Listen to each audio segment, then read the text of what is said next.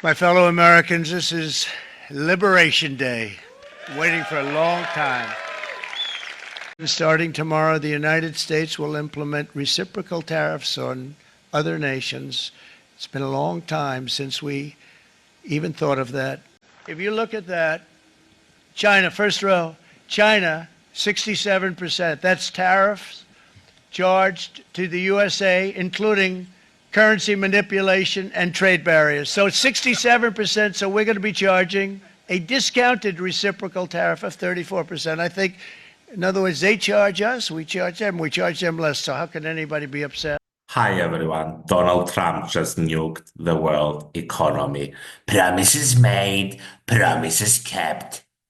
Let's keep this simple. In an announcement on Wednesday afternoon, curiously, right after the stock market had closed, Donald J. Trump, J stands for Jackass, unveiled his reciprocal tariffs plan, which basically consists of a gazillion tariffs slapped on almost every country on the face of the earth, their level depending on their monumentally stupid calculation, which I'll get to in a second, ranging from a baseline rate of 10% and reaching as high as 50% for countries such as Lesotho. What the fuck, man? I thought you didn't know the place. And of course, China, which at this point has a collective tariff rate of over 50% on its goods. Next in line in the high 40s, we have a lot of Southeast Asian economies like Laos, Vietnam, and Cambodia, where, for instance, 50% of the factories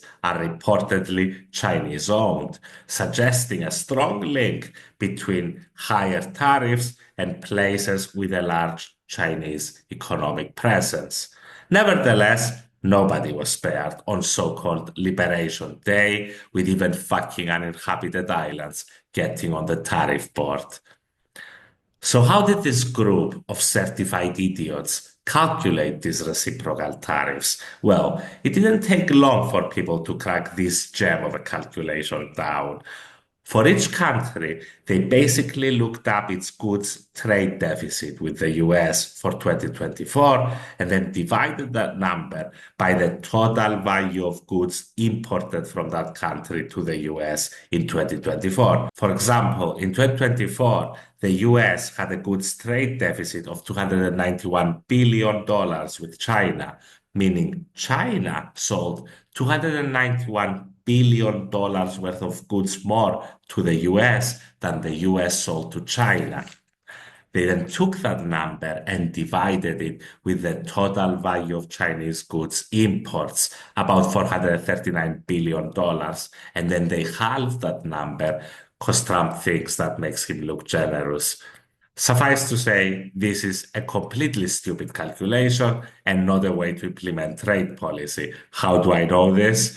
Consider that these geniuses calculated these reciprocal tariffs without using any country's fucking tariffs in their calculations.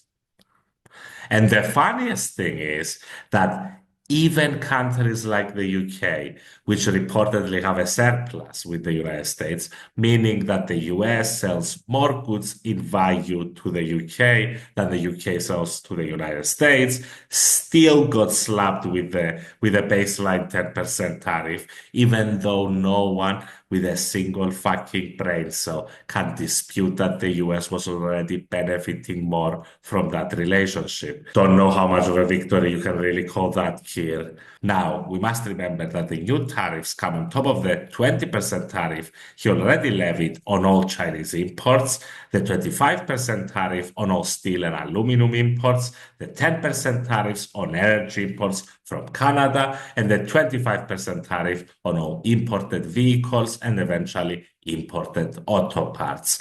At this point, he's throwing out tariffs like a gorilla throws out his feces, which leads us, dear viewers, to the market's response.